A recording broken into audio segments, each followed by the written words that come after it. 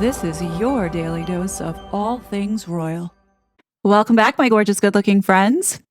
It appears the United Kingdom is up in arms over Keir Starmer and the Labour government welcoming a British Egyptian who was released after over a decade in an Egyptian prison. His crime? Well, Egypt locked him up over his so-called activism, claiming that he organized and participated in unauthorized protests as well as he spread false news. Now, the reason why Brits are so angry over this is because of the tweets that were posted years ago, tweeting anti-white remarks, Holocaust denial, and calls for violence against police and Zionists. Critics have been arguing over the last couple days, from conservatives to Reform UK and Jewish groups, questioning Keir Starmer's warm welcome amid the many UK arrests for so-called offensive online speech. This literally has been escalating over the last couple days, and the backlash to Keir Starmer has been intense.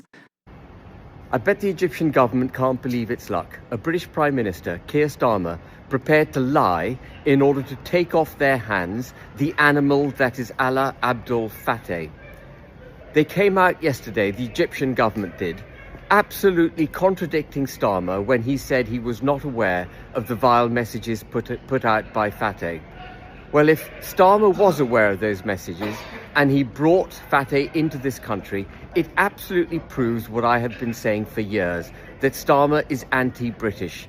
He took in someone from Egypt who was safely incarcerated in Egypt, pressed the Egyptian government to have him released, and then took him into the United Kingdom, brought an anti-British, anti-white, anti-Semitic, racist, violent-minded individual into our country, putting us at risk. For what benefit? Absolutely none. The only beneficiary here is Egypt. Starmer must go. After a couple of days of this global backlash, the Labour government has now gone into damage control, with Yvette Cooper writing today, "I've written to the chair of the Foreign Affairs Committee about the long-standing and deeply regrettable information failures exposed in recent days around the handling of consular cases and how we intend to address them." In an orchestrated fashion, soon after that post, Keir Starmer chimes in and writes, as Yvette Cooper, MP, sets out in her letter, the historic tweets by Allah Abd Fattah are absolutely abhorrent. With the rise of anti-Semitism and recent horrific attacks, I know this has added to the distress of many in the Jewish community in the UK. We are taking steps to review the information failures in this case. No one feels that any of this is genuine. It's taken 3 days for Keir Starmer to actually address this, only because the backlash has been intense. Now, does anybody think that anything is going to be done about this guy? Most likely not. This is just to, soothe everybody right now because everybody's so angry with this two-tier justice system. Now, given the fact that the Tories have been pushing to get this guy deported over the last several days, I don't doubt for 1 second that someone probably advised this guy to issue an apology. And I'm willing to bet that the Labour government is going to take that and use it to justify why he should be allowed to stay in the UK. Saying that, yes, we are a Christian nation and we are forgiving people, that he already spent 12 years in an Egyptian prison.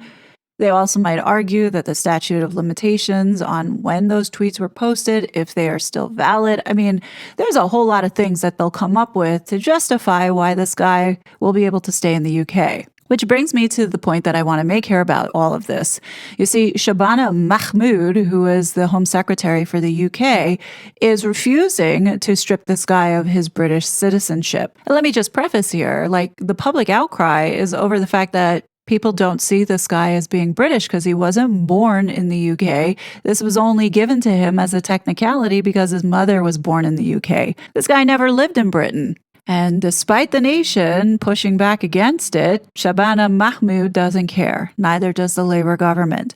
Which is why I posted saying that I wouldn't be surprised if Shabana Mahmood gave Prince Harry his security back.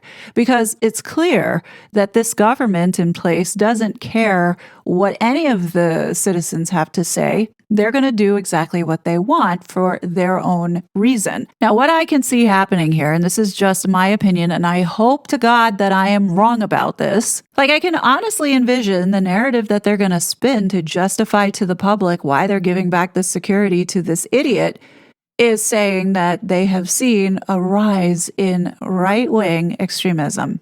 Even though Shabana Mahmood knows that the UK is dangerous right now because of all the unvetted, illegal savages that they've allowed into the country to harm and pillage the entire country. She's not going to admit that because that's going to look bad. So I can see Shabana capitalizing on it because, Meghan is allegedly black, and you know how the left love to use race. Combine that with whatever dossier that Harry and his security team are going to turn in. We all know that the incidents that are going to be mentioned most likely will be embellished, if not completely fabricated. Obviously, this is all speculation, but they have to sell a narrative to the public to justify this. You can't say that this is a government that is for the people. I mean, it's simply not. I want to take a moment, though, and go back to a video that I did back on July 5th, 2024, right when Keir Starmer was elected in. The people have spoken. There is a new prime minister. Keir Starmer won the UK elections yesterday, and wondering how everyone feels about that. I don't know very much about UK politics. However, I am aware that the Labour Party is very similar to our Democrat Party here in alignment with certain policies like immigration and climate change, as well as support of the WEF.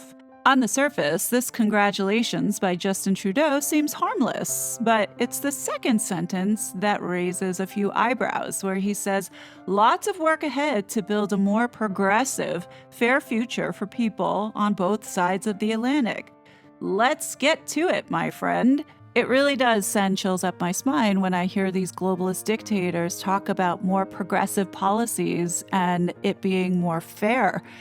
It's quite the opposite. I think the scary part about it is the language that has been used to make it sound like this is a good thing when all around you things are falling apart left and right. In Canada, there is increased inflation, cost of living is unbearable, as well as the whole climate change carbon tax is literally decimating the middle class. Now you have Keir Starmer coming in who equally believes all of these same policies, possibly even wanting to be a part of the EU. I think UK might be in a little bit of trouble.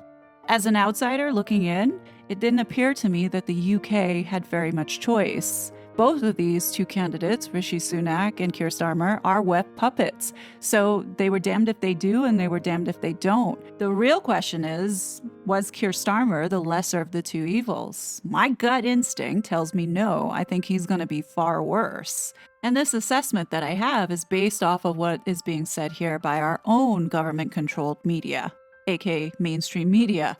A lot of liberal progressives online support this win, like Christopher Boozy. And this is the concerning thing. Why is Christopher Boozy so jubilant over this win and care about the UK election? He writes here, the Labour Party has obliterated the Tories. Conservatives in Britain are going through some things. I predict the same will happen to the GOP here in the US this coming November. Brexit was the canary in the coal mine in 2016, and I believe Republicans should be terrified. This is a man who has done some pretty shady things with some very powerful people on the Democrat side. So what does he know that the rest of us don't know? Keep in mind, this is the same political party that Chris Bryant belongs to. Remember this guy? He was the one that supported the Bot Sentinel Fugazi report that was created or paid for by Meghan and Harry on the so-called single-purpose hate accounts, which so many would say that the entire report was misinformation. Well, I disagree with that. This entire report was disinformation. Disinformation means the intent to hurt, knowing that what they were putting out was false. And I believe that this was a malicious attempt to silence so many people. And that's exactly what is going on here, because the CCDH, also aligned with the Labour Party, is heavily aligned here in the United States with the Biden administration on censorship initiatives. So to me, it is very concerning to see this win. As much as I would like to see change for the better, I hate to be the pessimist here in saying that it's going to get worse. And that's because I see the Labour Party following in the same footsteps as the US with its progressive policies that have been pushed down by these globalists. It's an evil plan that's ongoing right now, all for stealing our money. It has me very nervous because these globalists will stop at nothing, and it's these very same people who had interference with our 2020 election. It makes you wonder, why did Rishi Sunak call a snap election? I know things weren't going his way, but don't you think he would have wanted a couple more months to try and turn it around?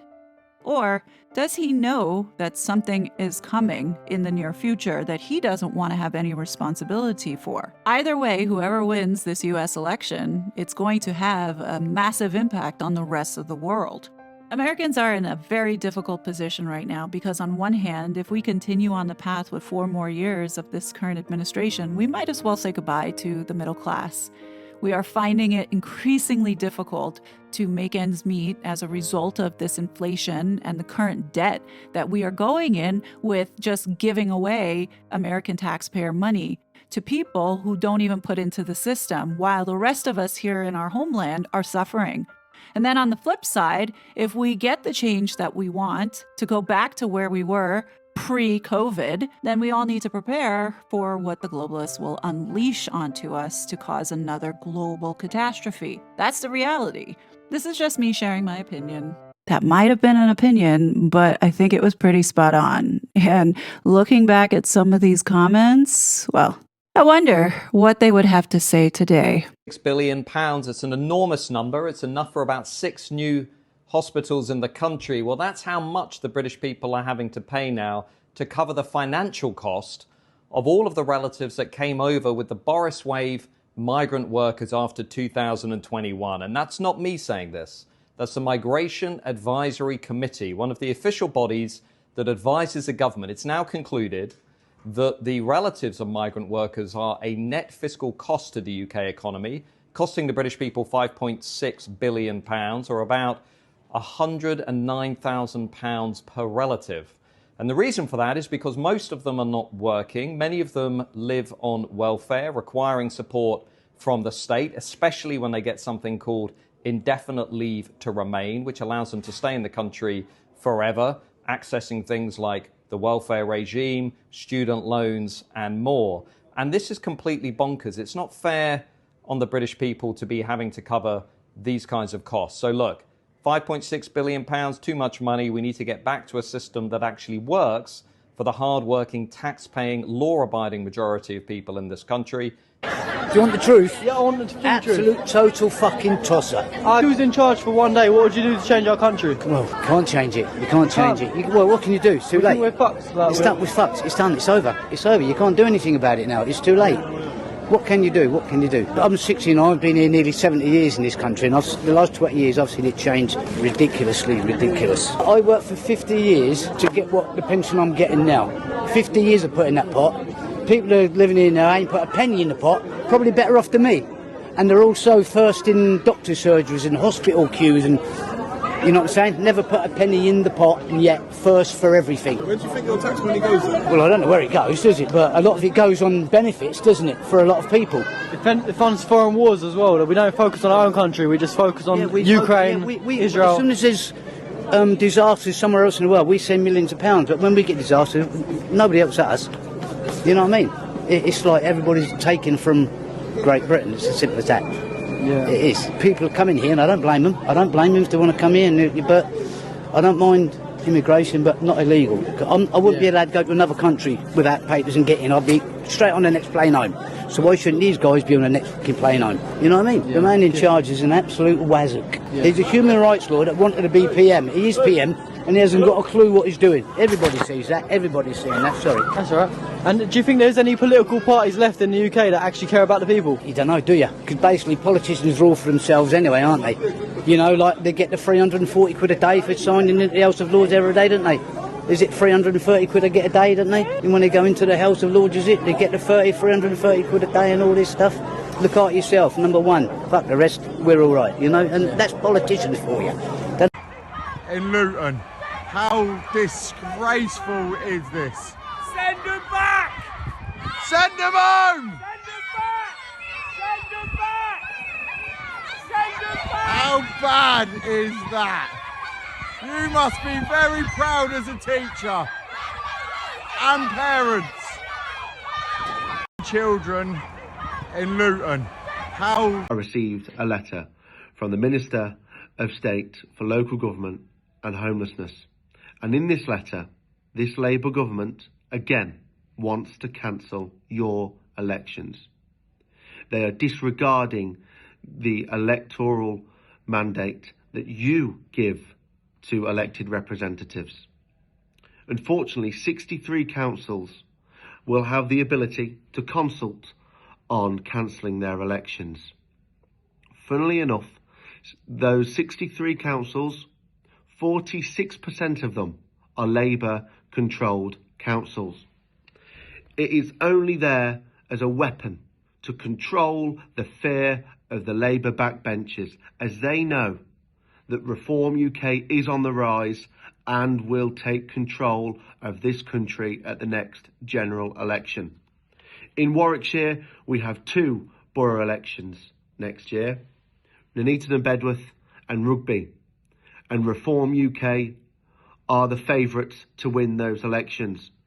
But if the Labour government allow local councils that are scared of losing their seats, losing their allowances, if they allow this to happen, they are complicit in stopping elections. We must all stand together now and tell this Labour government that we want to vote, which is why I wrote a letter straight after to the local government and Homeless Minister, telling her that it should not be Whitehall that controls from their ivory tower what the people in Warwickshire want to do, what the people in Warwickshire want to vote for. It is not down to them. It is down to the elected representatives that are here in Warwickshire, the Reform-ran Warwickshire County Council, and if these elections are not postponed, the Reform-controlled Nuneaton Bedworth Borough Council and the Rugby Borough Council. We have to have these elections, and it is such a shame that the Labour government, again, are trying to claw back power from the public. This is real socialism for you. That's why you have to vote for reform to get your voice heard. Like this one here cracked me up from Annie English. At the end, she says, please do some research into a political situation before weighing in. Politics was part of my university degree, but left and right-wing politics are very different here from the U.S. Well, where did you get your degree, Annie? A Cracker Jack box? You know, we've been saying it for years, it's not chaos, it's planned. Deport migrants, destroy culture, jail citizens for criticism, turn the police against the citizens, invoke digital IDs or surveillance, bankrupt nations to eliminate governments, eliminate private property, that will no longer exist. And the final step will be to transfer citizens to a global government. And this is also the reason for the cost of living crisis, to keep you busy surviving, so you never start fighting back or living. And if you ask me, you absolutely cannot screw up a country this bad, this fast, unless it were on purpose. Now please change my mind. London, all of the UK, you see homeless people, native, local homeless people all around, sleeping in hallways, sleeping in doorways, getting kicked out by police wherever they go. So those people are totally left alone by the British government. But on the other hand, more and more migrant hotels are being opened. Foreign people can come there, mostly illegal people, to get warm food, to get a warm bed, a warm stay, and they don't have to pay anything, nothing. Additional to that, they also receive a fair amount of money every month. Someone told me it's like £700 to £800 every month. And imagine, no expenses for them. So, Manchester or London, all of the UK, you see homeless people, native. Like, I wonder if Sheila Hallington Clark, 3102, still thinks that the Prime Minister is great. I mean, she did say that he was no pussycat and will get the UK back on track. How is that working out for you, Sheila? How far off am I with my opinions? As Sheila says, stay on your side of the pond. Oh, no worries, Sheila. I have no intention on going over to the UK. I would not feel safe. And also, I don't want to get arrested for my speech. Add one more thing on the Online Safety Act, and I emphasized this earlier, but I want to say it again. It's misguided and unfortunate to apply that law in Britain, but applying that law extraterritorially, which means applying it to speech that has nothing to do with Britain, does not occur in Britain, is on American platforms by American users on American political issues, purporting to censor Americans in America is a deal breaker. It is a non-starter. It is a red line. And that's what Ofcom has tried to do with the Online Safety Act, and that's one reason the American government is concerned. OK, but will your government then take legal action against Ofcom if they try and overreach in the way you've described? Well, there's already formal action proposed. There is a bill before the House called the Granite Act that would amend an existing statute to clarify that as a matter of American public policy, any penalties imposed by Ofcom are unenforceable against American companies. So our legislature will likely consider that, and will certainly consider other options if indeed the British government insists upon trying to nullify the First Amendment on American soil with respect to American companies. Hey, Sophie, I'm really sorry that I ruined it for you last year, but I do hope that you come back because you've seen the light. I have every right to comment on your country because your country has been interfering here in the United States with my civil liberties. The other thing I'd like to tell Sophie Murphy is that we see the UK is burning. Do you want us not to say anything? Because we know that you certainly can't say anything. Otherwise, you know that the police will come a knocking on your door. The UK does not have freedom of speech. As much as they want to pretend that freedom of expression is protected very, very much per Keir Starmer, it's not. And there is a transformation against the natives that, whether you like it or not, is happening. You know, the people that you see holding the English flag most of the time down my neck of the woods will be the EDL, and they are white and they are male and they're bad people and they want to divide our communities from one another. This group of girls, they were all children when they were raped and abused, were seen by large parts of society, including the authorities that were there to protect them and that should have protected them and kept them safe, as white trash. Because they were from poorer backgrounds, they were vulnerable, they needed people to stand by them and help them. And it was easy to look the other way because they were almost dehumanised to the point where they weren't really seen as little girls at all. And look, Anne Longfield and the panel will make their own findings and recommendations. But I do think that what this scandal has exposed is a societal attitude of dismissal and dehumanisation of a particular class of young white girls. And it is an absolute scandal and it must never happen again. Now, this one from a year ago by KLK says, I don't think you can compare the Labour Party with your Democratic Party, to be honest. This is a far smaller country with laws that cover its entirety. No weird state laws to muddy the waters. Labour are going to be more interested in things going on in the country than playing with disinformation or bot sentinels, etc. We need to rebuild the NHS, get immigration under control, get the education system working properly again, and build much-needed houses and onshore wind farms. In short, we need to look inwards to our own available resources, not outwards to what is happening with Trump or Biden in the U.S. Labour are not the Liberal Party. They are socialists. We have the Liberal Democrat Party, who are a bit fluffy, a bit on the fence types, and who would abolish the monarchy. These people are the true Republicans of the UK. I think you're making rather a lot of uneducated suppositions. The biggest thing that will happen in the UK is interest rates will reduce as taxation rises, meaning less money in the pockets of rich bankers and more in the state coffers. Tax loopholes will be closed. Oh, really?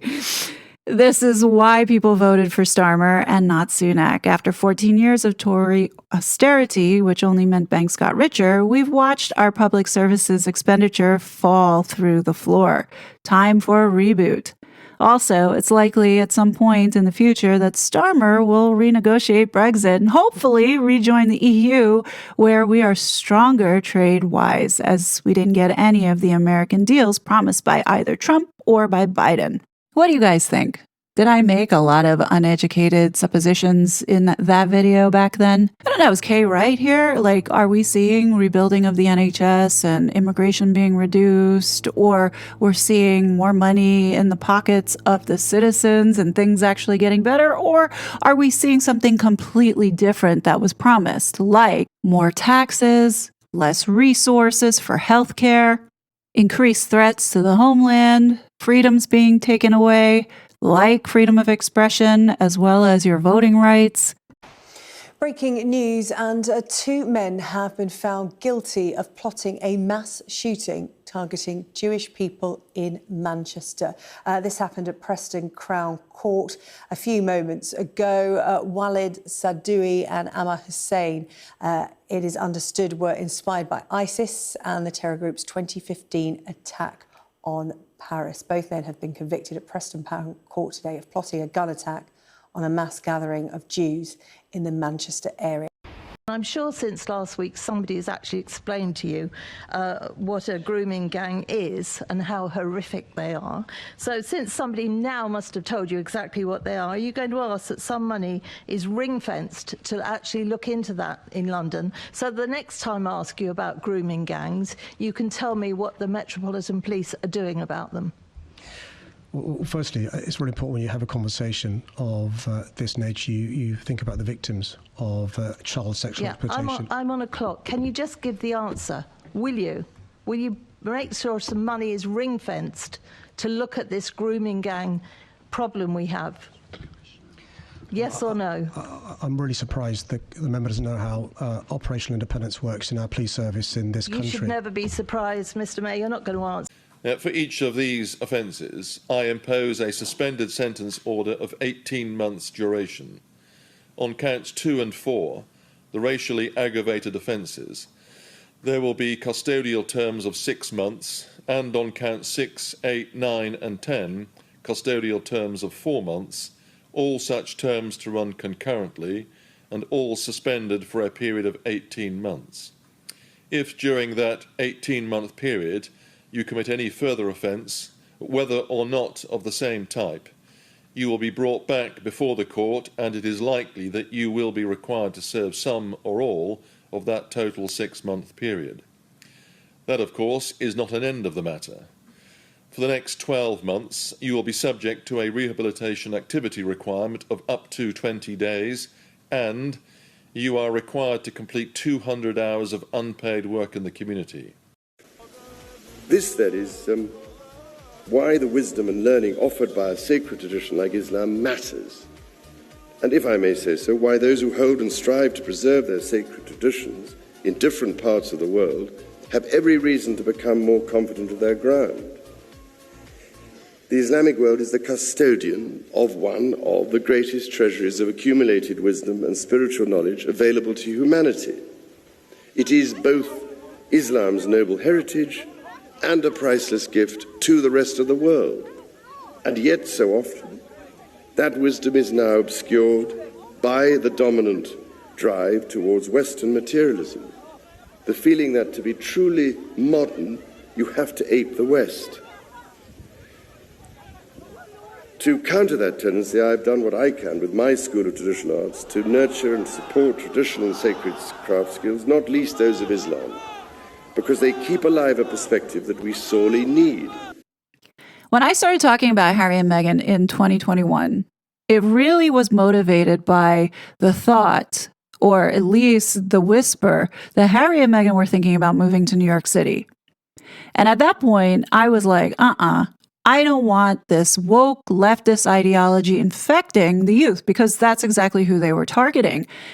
I mean, I didn't know at the time that they are a part of something bigger, which is the left. And I also didn't realize how political these two were. Put aside all of the noise, the propaganda, the bullshit, over the last several years, you guys all see how connected they are to various movements that were undermining this country, which now segues into this last topic that I just want to mention about the announcement of James Holt leaving Archewell and moving back to the UK. Now, I do find it very interesting that they are choosing to make a big deal about this, even though James Holt moved back to the UK since July this year. I even mentioned it in one of my videos, stating that, yeah, now Trump is in office and they're doing this investigation on the censorship, that don't be surprised if we see James Holt sticking around in the UK and not coming back to the US. So even though he's leaving Archewell, nobody is talking about him staying on as director of Travelist. So what this tells me is that Harry for sure will be back in 2026, and right now they're in cover your ass mode. Archewell now is named Archewell Philanthropies, and all of a sudden all of the staff are leaving one by one. Yeah, it would make total sense for James Holt to run back to the UK, especially if an investigation opens up on Archewell. Remember, he is the one who signed those tax documents certifying that all of those numbers are in order. He took the responsibility for Harry and Meghan should the shit hit the fan, which I believe the shit's about to hit the fan. That's just my opinion. But what do you guys think? Definitely let me know your thoughts below. As always, I will be back with more content. But until then, please be safe, and I'll talk to you later. Bye! Such a fraud.